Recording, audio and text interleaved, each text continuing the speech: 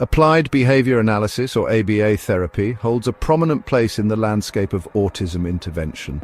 It promises to unlock potential, foster independence, and enhance the quality of life for individuals on the autism spectrum.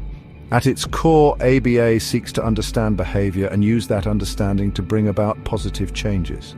When implemented ethically and effectively, ABA can be a valuable tool for teaching new skills, reducing challenging behaviors, and supporting individuals with autism to navigate a world not always designed with their needs in mind.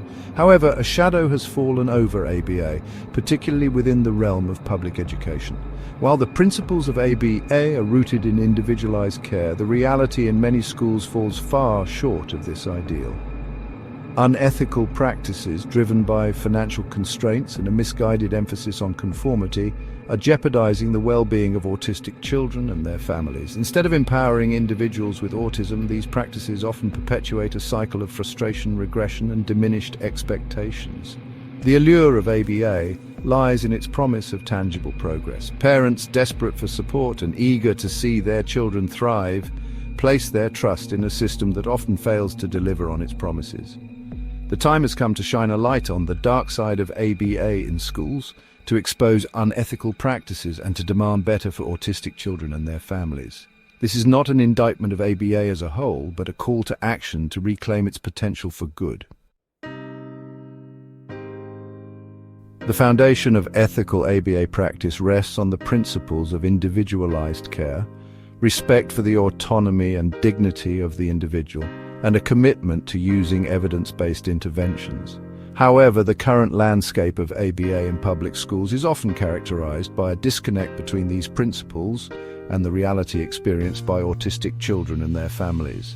Financial constraints, a shortage of qualified professionals, and a systemic bias towards conformity over neurodiversity have created an environment ripe for ethical violations.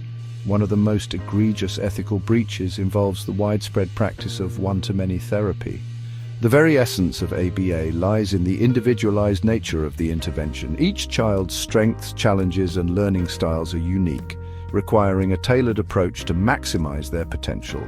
Yet, in many schools, a single ABA therapist is tasked with supporting multiple children simultaneously. This practice, often driven by budget limitations, undermines the very foundation of effective ABA and raises serious ethical concerns. The consequences of one-to-many therapy are far-reaching. Children receive diluted and often ineffective interventions, leading to frustration, lack of progress, and even regression in previously acquired skills. Families, already navigating the complexities of supporting a child with autism, are left feeling unheard, unsupported, and disillusioned by a system that promised them so much more. The ethical imperative is clear.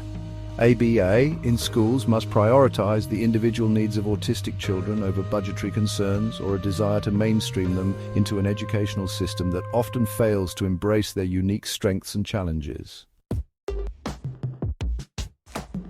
While modern ABA has distanced itself from the controversial practices of its early years, the historical use of aversive techniques continues to cast a long shadow over the field.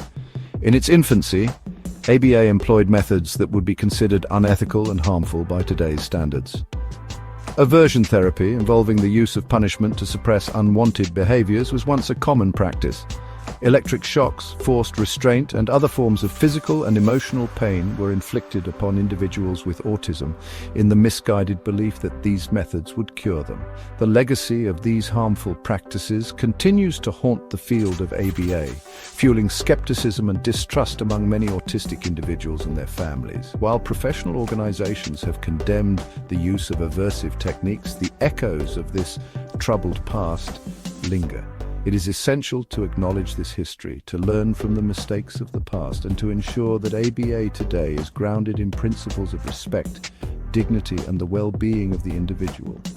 The specter of aversive techniques serves as a stark reminder of the importance of ethical oversight and the need for ongoing critical reflection within the field of ABA. It is a reminder that even well-intentioned interventions can have unintended consequences, and that the pursuit of normalizing behavior must never come at the expense of an individual's well-being. The history of ABA should serve as a cautionary tale, urging us to approach all interventions with a critical eye and an unwavering commitment to the principles of ethical practice.